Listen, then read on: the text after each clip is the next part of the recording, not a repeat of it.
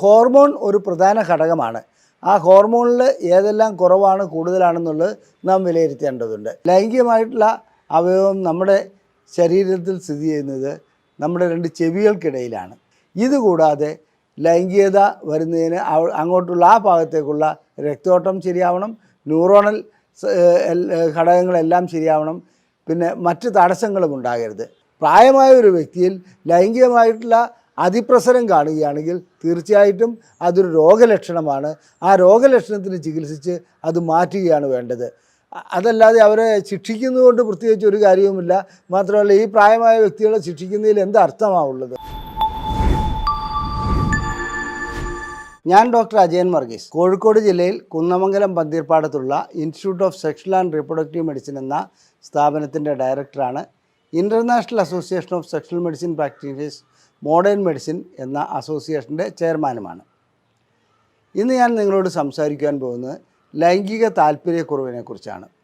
സ്ത്രീക്കാകട്ടെ പുരുഷനാകട്ടെ ലൈംഗിക താല്പര്യക്കുറവ് അനുഭവപ്പെടുന്നതിൻ്റെ കാരണമെന്താണ്, അതിൻ്റെ ചികിത്സാ വിധികൾ എന്തെല്ലാമാണ്, ഇത് ചികിത്സിച്ച് മാറ്റാൻ കഴിയുന്നതാണോ, അതുപോലെ തന്നെ ഇതിന് മരുന്നുകൾ കഴിക്കേണ്ടതുണ്ടോ, അതെയോ വെറും ഹോർമോണൽ തെറാപ്പി അങ്ങനെ എന്തെങ്കിലും വേണ്ടി വരുമോ, അതെയോ കൗൺസിലിംഗ് മാത്രം മതിയോ, അങ്ങനെയുള്ള കാര്യങ്ങളെക്കുറിച്ചാണ് ഞാൻ നിങ്ങളോട് സംസാരിക്കുവാൻ പോകുന്നത്.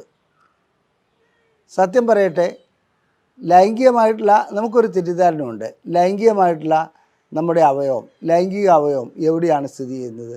നാം പറയും രണ്ട് കാലുകൾക്കിടയിലാണെന്ന്. തെറ്റാണത്.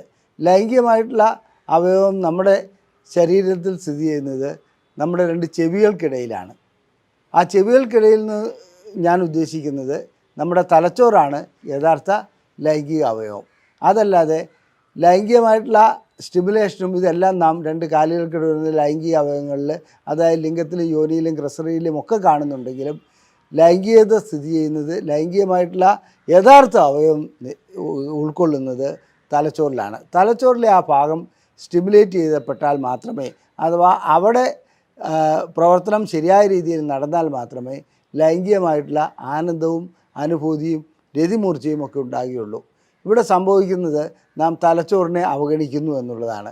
വാസ്തവത്തിൽ ലിംഗവും യോനിയും എന്തെങ്കിലും ആകട്ടെ, തലച്ചോറിൽ വേണ്ട രീതിയിലുള്ള സ്റ്റിമുലേഷൻ നടക്കണമെന്നുണ്ടെങ്കിൽ അതിന് ആദ്യം വേണ്ടത് അതിനുള്ള എക്സ്പീരിയൻസ് അവിടെ ഉണ്ടായിരിക്കണം, അഥവാ അനുഭവം അവിടെ ഉണ്ടായിരിക്കണം. പിന്നെ രണ്ടാമത് അതിനോട് ഭയപ്പാടുണ്ടാവരുത്. രണ്ട്, ഇതൊരു നികൃഷ്ട പ്രവൃത്തിയാണെന്നുള്ള ഒരു ധാരണ ഉടലെടുക്കരുത്. ഇതുകൂടാതെ ലൈംഗികത വരുന്നതിന് അങ്ങോട്ടുള്ള ആ ഭാഗത്തേക്കുള്ള രക്തോട്ടം ശരിയാവണം, ന്യൂറോണൽ ഘടകങ്ങളെല്ലാം ശരിയാവണം, പിന്നെ മറ്റ് തടസ്സങ്ങളും ഉണ്ടാകരുത്. ശേഷിക്കുറവ് അഥവാ ലൈംഗികമായിട്ടുള്ള ബന്ധപ്പെടാൻ കഴിയാതെ വരിക, അതുപോലെ തന്നെ താല്പര്യമില്ലാതെ വരിക, ഇതിൻ്റെ എല്ലാ ഘടകങ്ങളിൽ തലച്ചോറിന് പ്രധാന പങ്കുണ്ട്. നമുക്കാദ്യം എങ്ങനെയാണ് ഇതെല്ലാം സംഭവിക്കുന്നതെന്ന് ആലോചിച്ച് നോക്കാം. ഞാനൊരു കാര്യം പറയാം. ശരിക്കുള്ള ഹോർമോൺ ലെവലുണ്ട്. അതായത് വേണ്ട രീതിയിലുള്ള ഒരു പുരുഷനെ സംബന്ധിച്ചിടത്തോളം ടെസ്റ്റോസ്റ്ററോണിൻ്റെ ലെവല് 2 മുതൽ 8 വരെയാണ്. അദ്ദേഹത്തിന് 5 6 അദ്ദേഹത്തിൻ്റെ ലെവൽ 5 6 നിൽക്കുന്നതെന്നിരിക്കട്ടെ. അതേപോലെ തന്നെ സ്ത്രീക്ക്